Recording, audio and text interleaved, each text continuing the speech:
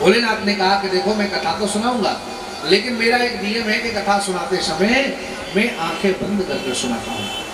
तो मुझे नहीं पता कि तुम सुनोगी कि नहीं सुनोगी, पता कैसे चलेगा? तो तुम ओमकार हुंकार बरते रहना। बोले ठीक है, मैं हुंकारा देती रहूंगी।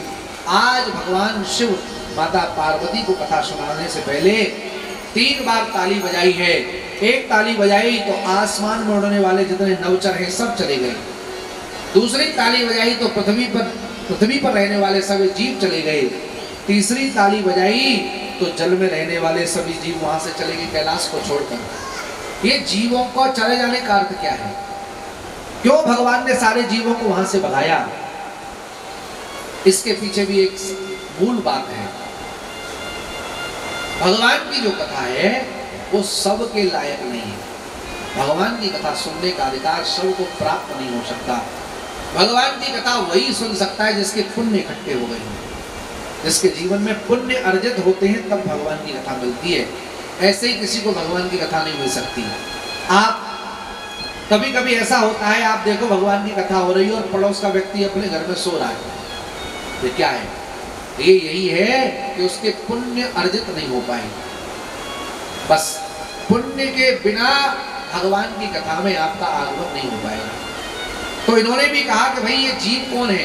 जो कीड़े पतंगे जो होते हैं, जल के जीव हैं, आकाश के जीव हैं, ये सब भोग योनियां हैं। इनमें इन्होंने जैसा कर्म किया था वैसी योनि में आकर बन गए।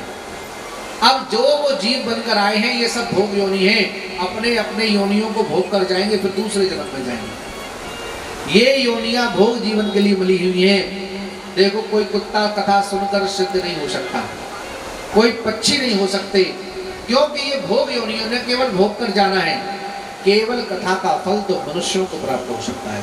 मनुष्य ऐसा है कि भगवान की कथा सुनकर पापी से भी पापी बदलकर भगवान का भक्त बन सकता है। इसीलिए संतों ने कहा है कि भैया हम लोगों को कोई व्यक्ति पाप करता है ना, तो सारे दुनिया के लोग उसको कहते दूर दूर दूर से मतलब खत्म कर देते हैं।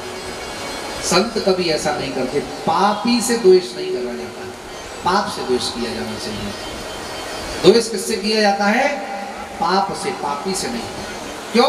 कोई कितना भी बड़ा धर्मात्मा हो वो कभी भी बिगड़कर दुष्ट आत्मा हो सकता है। आज तुम्हें दिख रहा है ना कोई बहुत बड़ा धर्मात्मा है, कभी भी जीवन में वो बिगड़कर छोटा आदमी बन सकता है। और कोई कितना भी दुष्ट आत्मा है वो कभी भी बनकर भगवत भक्त हो सकता है। इसलिए कोई पापी हो ना तो उसे देखकर घृणा नहीं करना चाहिए। उसके अंदर बैठा, सबके अंदर कौन बैठा है? भगवान तो बैठा है। सिया राम में सब जग जानी, करहु प्रणाम जोर जुग पानी। ये चौपाई का क्या मतलब है? संसार में जितने भी लोग हैं, अच्छे या बुरे, उन सब में भगवान बैठा है। हम लोग अच्छे अच्छे लोगों को तो सब इकट्ठा करते हैं, लेकिन बुरे लोगों को दुत्कार कर देते हैं। अरे देखो बुरे लोग भी कभी भी अच्छे हो सकते हैं। भागवत कहती है कितने बुरों को भगवान के नाम ने अच्छा बनाया, कितने लोगों को। तो कभी भी तुम्हारे सामने कोई पापी आ जाए ना, तो पापी से द्वेष नहीं करना। क्यों? उसके अंदर भगवान बैठा है, वो कभी ना कभी सिद्ध हो सकता है।